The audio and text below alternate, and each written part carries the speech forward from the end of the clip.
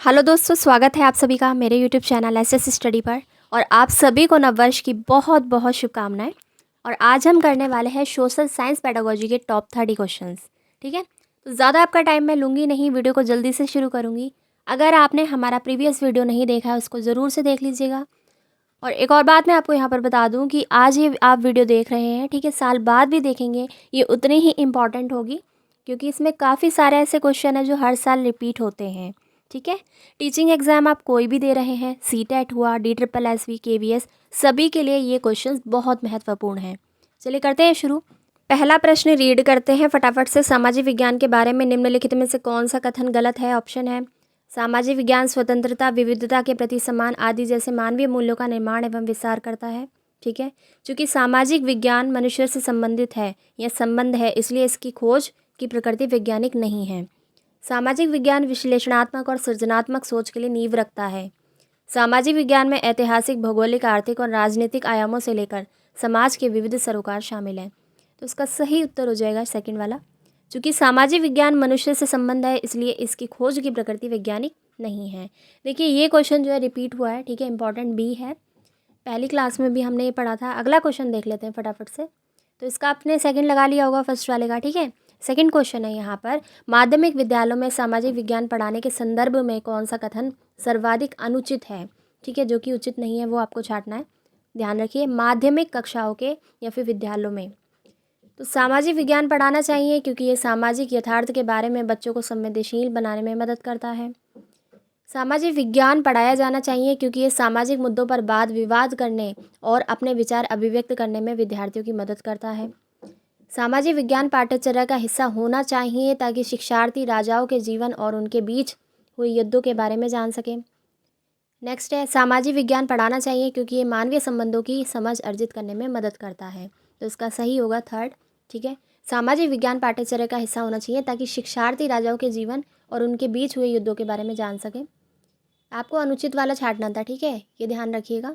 चलिए third question, शिक्षा बिना बोझ के 1993 ये अनुशंसित करता है कि सामाजिक विज्ञानों में अधिगम को महत्वपूर्ण सूचनाओं के संधारण करने में सहायता करनी चाहिए। सामाजिक राजनीतिक वास्तविकताओं का विश्लेषण करने हेतु संकल्पनाओं और योग्यताओं के विकास को बढ़ावा देना चाहिए।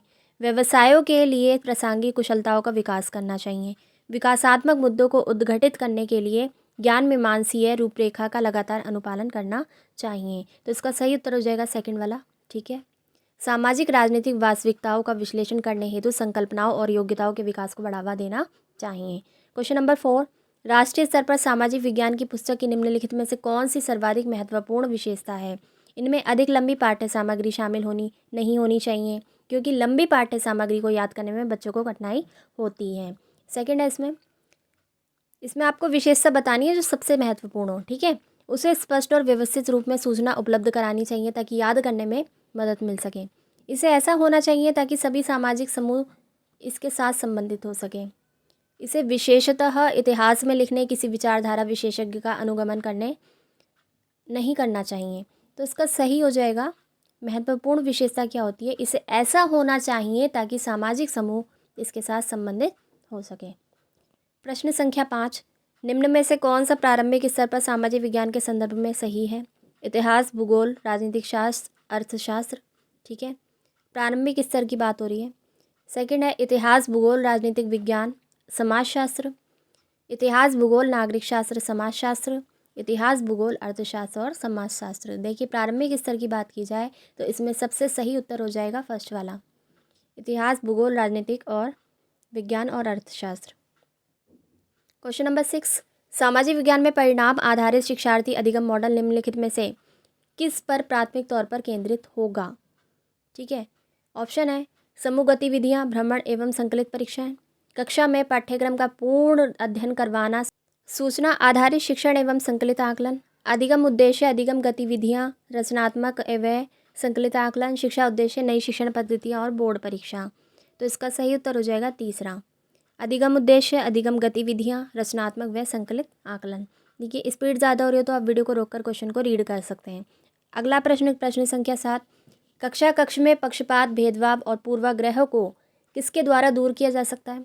मानवता पर एक व्याख्यान का आयोजन करके, संविधान के आमुख को प्रदान करके, उनकी बातों पर ध्यान ना देकर, क्योंकि बच्चे एक ना एक दिन अपने आप इन्हें छोड़ देंगे, सामाजिक वास्तविकताओं के विभिन्न आयामों के बारे में परिचर्चा करके। सही ऑप्शन हो जाएगा चौथा, लगा लेंगे फटाफट। अगला प्रश्न, सामाजिक विज्ञान के शिक्षण में प्रयोग की जाने वाली भाषा कैसी होनी चाहिए? प्रमुख समूहों का प्रतिनिधित्व करती हो, मुश्किल, पक्षपातपूर्ण हो, तटस्थ या फिर संवेदनशील हो। तो इसका सही उत्तर होगा फोर्थ। सामाजिक विज्ञान शिक्षण में ऐसी भाषा होनी चाहिए, तटस्थ और संवेदनशील। अगला प्रश्न, प्रश्न संख्या 9, सामाजिक विज्ञान पढ़ाते समय एक शिक्षक का प्रयास होना चाहिए विस्तृत रूप से याद करने पर बल देना, केवल मूल्यों पर बल देना लेकिन तथ्यों पर नहीं, तथ्यों, मूल्यों और आदर्शों पर बल देना, केवल तथ्यों पर बल देना और लेकिन मूल्यों पर नहीं। तो इसका सही उत्तर आप लगाएंगे तीसरा, तथ्यों, मूल्यों और आदर्शों पर बल देना। ठीक है, तीनों इंपॉर्टेंट है। अगला प्रश्न, प्रश्न संख्या 10, सामाजिक विज्ञान के शिक्षण में ऐतिहासिक फिल्में उपयोगी हैं व्यक्तिगत समस्या पर ध्यान केंद्रित करने में, एक अच्छा मनोरंजन प्रस्तुत करने में, इतिहास को कल्पित कथा के रूप में चित्रित करने में और एक विशेष सामाजिक संरचना के विभिन्न आयामों का सजीव चित्रण करने में। तो इसका सही उत्तर आप लगाएंगे इतिहास को कल्पित कथा के रूप में चित्रित करने में ऐतिहासिक फिल्में महत्वपूर्ण हैं। नेक्स्ट क्वेश्चन, क्वेश्चन नंबर 11, उच्च प्राथमिक स्तर के सामाजिक विज्ञापन की कक्षा में लैंगिक भूमिका पर विद्यार्थियों को बातचीत को प्रोत्साहित करने के लिए सबसे उत्तम विधि निम्नलिखित में से कौन सी है? प्रदर्शन में जाना, विद्यार्थियों द्वारा इंटरनेट में ढूंढना, अनुभवों पर निर्देशित चर्चा, विशेषज्ञ द्वारा व्याख्यान। तो इसका थर्ड वाला आप लगा लेंगे, अनुभवों पर निर्देशित चर्चा। नेक्स्ट क्वेश्चन, क्वेश्चन नंबर 12, सामाजिक विज्ञान शिक्षण के लिए आप वृत्तांतों का उपयोग क्यों करेंगे? दिए गए विकल्पों में से सबसे उचित कारण को चुनें। ठीक है, ऑप्शन है, कक्षा में मनोरंजक एवं सजीव बना सकें, ठीक है, कक्षा को अवधारणाओं को सजीव वास्तविकताओं के साथ जोड़ सकें, पाठ्यक्रम की पूर्णता को सुनिश्चित कर सकें, शिक्षार्थियों को संवेदनशील बना सकें जिससे वे उचित अर्थ का पता कर सकें। तो इसका सही उत्तर आप लगा लेंगे दूसरा, अवधारणाओं को सजीव वास्तविकताओं के साथ जोड़ सकें।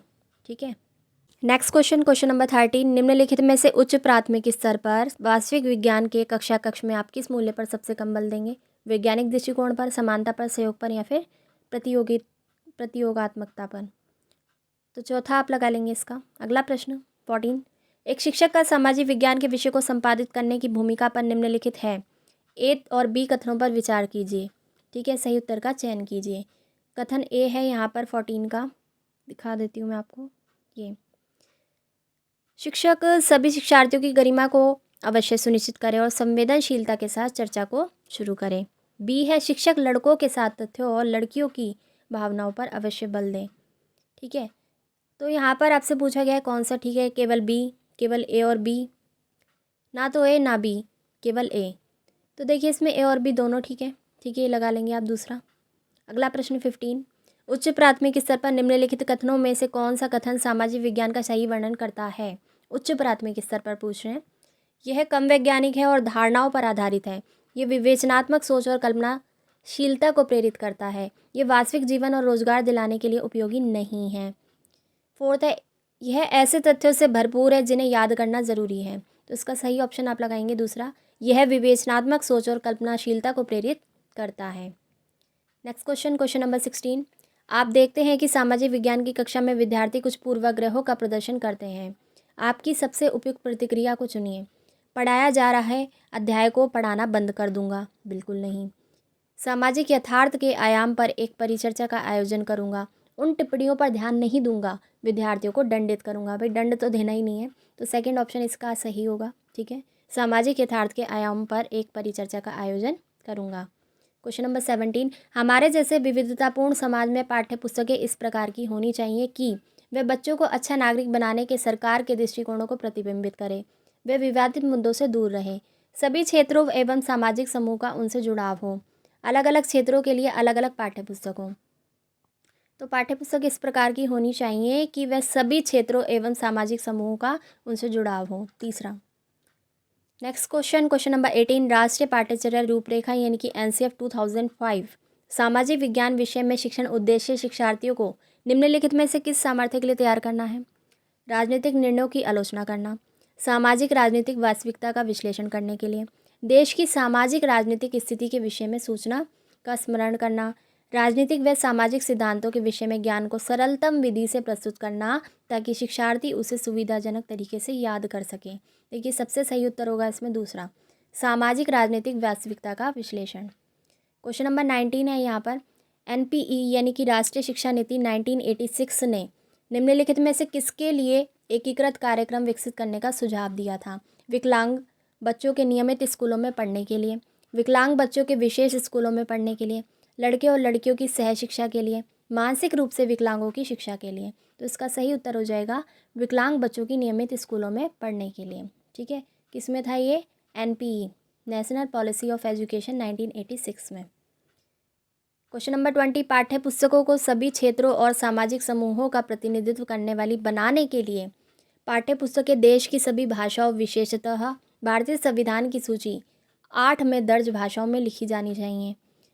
क्षेत्रों के बीच समान मुद्दों को केवल इसलिए उजागर किया जाए ताकि संज्ञानात्मक गणतंत्र की भावना को प्रोत्साहन मिले। पाठ्य पुस्तकों में सभी क्षेत्रों और सामाजिक समूह से संबंधित सामग्री जोड़ी जानी चाहिए। स्थानीय संसाधनों से प्रासंगिक स्थानीय सामग्री शिक्षण अधिगम प्रक्रिया का भाग होना चाहिए। तो इसका सही उत्तर आप लगाएंगे तीसरा, पाठ्य पुस्तकों में सभी क्षेत्रों और सामाजिक समूहों से संबंधित सामग्री जोड़ी जानी चाहिए। क्वेश्चन नंबर 21, किसी सामाजिक विज्ञान की कक्षा में ढांचा का मुख्य लक्ष्य होता है आत्मसंयम के कौशल में सुधार को सुनिश्चित करना, विद्यार्थियों को विचार पर सोचने के योग्य बनाना, योगज निर्धारण के वांछित परिणामों को मजबूत करना, स्वतंत्र सोच निर्मित होने तक विद्यार्थियों की सहायता करना।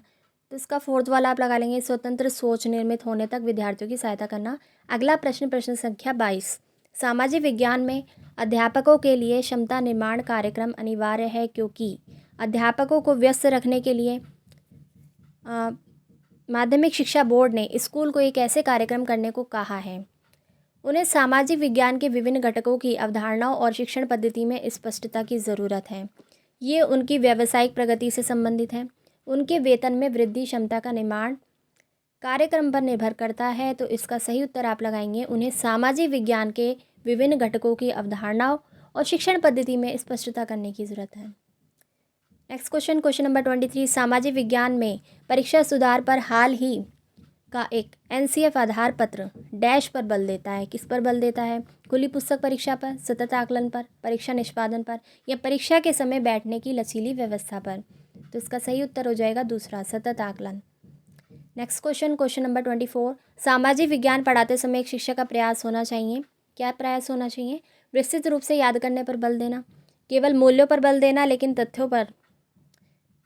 तथ्यों, मूल्यों और आदर्शों पर बल देना, केवल तथ्यों पर बल देना लेकिन मूल्यों पर नहीं। तो इसका तीसरा लगा लेंगे आप। ठीक है, बहुत ही सिंपल रिपीटेड क्वेश्चन है। नेक्स्ट क्वेश्चन, क्वेश्चन नंबर 25, सामाजिक विज्ञान की पाठ्यपुस्तकों में मानचित्रों और आरेखों का प्रयोग प्रासंगिक है क्योंकि अवधारणा में नए आयाम को जोड़ते हैं, अवधारणा को स्पष्ट करते हैं, विशेषज्ञों द्वारा बनाए जाते हैं, पाठ्यपुस्तक को आकर्षक बनाते हैं। तो पाठ्यपुस्तकों में मानचित्र और आरेख जरूरी हैं क्योंकि अवधारणा को स्पष्ट करते हैं। दूसरा क्वेश्चन नंबर 26, मान लीजिए सामाजिक विज्ञान की प्रस्तावित पाठ्यपुस्तक विद्यार्थियों के लिए कठिन है, तो आप क्या करेंगे? विभिन्न प्रकार की पूरक सामग्रियाँ प्रदान करेंगे, रटकर सीखने पर बल देंगे, तो ये तो बिल्कुल नहीं करेंगे। प्रत्येक पाठ का संक्षिप्त विवरण लिखवाएंगे, प्रश्न उत्तर तकनीक का प्रयोग करेंगे। इसका सही उत्तर आपका हो जाएगा विभिन्न प्रकार की पूरक सामग्री प्रदान करेंगे। क्वेश्चन नंबर 27, सामाजिक विज्ञान के शिक्षण में प्रयोग की जाने वाली भाषा कैसी होनी चाहिए? ये तो हमने अभी पढ़ा, तटस्थ और संवेदनशील। ठीक है, रिपीट हो रहे हैं क्वेश्चन, पता नहीं क्यों, लेकिन बहुत ही इंपॉर्टेंट है, तो आप बने रहिए। अगला क्वेश्चन देख लेते हैं फटाफट से। उच्च प्राथमिक स्तर पर भूगोल और अर्थशास्त्र एक साथ निम्नलिखित में सहायक हो सकते हैं। पर्यावरण, संसाधन एवं विकास के मुद्दों के प्रति दृष्टिकोण विकसित करने में, संसाधन के इष्टतम नियतन को समझने में, बहुलवाद को समझने में, या फिर पर्यावरण एवं संसाधनों के बारे में ज्ञान को विकसित करने में। तो इसका आप लगा लेंगे पहला, पर्यावरण, संसाधन एवं विकास के मुद्दों के प्रति दृष्टिकोण विकसित करने में। नेक्स्ट क्वेश्चन, क्वेश्चन नंबर 29, उच्च प्राथमिक स्तर पर सामाजिक एवं राजनीतिक जीवन की पाठ्यपुस्तक का शिक्षण निम्नलिखित में से किस एक उपागम पर बल देता है? रट के सीखने पर, अवधारणाओं के संश्लेषण से सीखना, वास्तविक जीवन की स्थितियों से सीखना, परिभाषाओं द्वारा सीखना। तो इसका सही हो जाएगा 29 का 3, वास्तविक जीवन की स्थितियों से सीखना। 30 क्वेश्चन और आज की इस वीडियो का लास्ट क्वेश्चन। राष्ट्रीय पाठ्यचर्या की रूपरेखा 2005 सामाजिक विज्ञान के संदर्भ में सुझाती है कि बच्चे के विद्यालय जीवन का मेल किताबी ज्ञान से जुड़ा होना चाहिए, शिक्षकों की अपेक्षाओं के साथ जुड़ा होना चाहिए, कक्षा के जीवन से जुड़ा होना चाहिए, या फिर बाहर के जीवन के साथ जुड़ा होना चाहिए। देखिए, बाहर के जीवन के साथ जुड़ा होना चाहिए, और क्योंकि बच्चा जो है बाह्य वातावरण में रहता है, सर्वाइव करता है, जीता है, ठीक है। उसे आप उसके वातावरण से रिलेट करके पढ़ाएंगे तो वो बेहतर तरीके से सीख सकेगा, ठीक है। आज की इस वीडियो में कुछ क्वेश्चन जो है वो रिपीट हुए हैं, ठीक है। प्रीवियस वीडियो अगर आपने नहीं देखा है तो ज़रूर से देख लेना। कुछ नए और क्वेश्चन मैं लेकर आऊँगी अगली वीडियो में, बने रहिए क्योंकि बहुत ही इंपॉर्टेंट सीरीज़ हमारे चैनल पे चल रही है। मैं सोनाली सिंह मिलूँगी आपसे अगली बार। अपना ख्याल रखिए। Thanks for watching.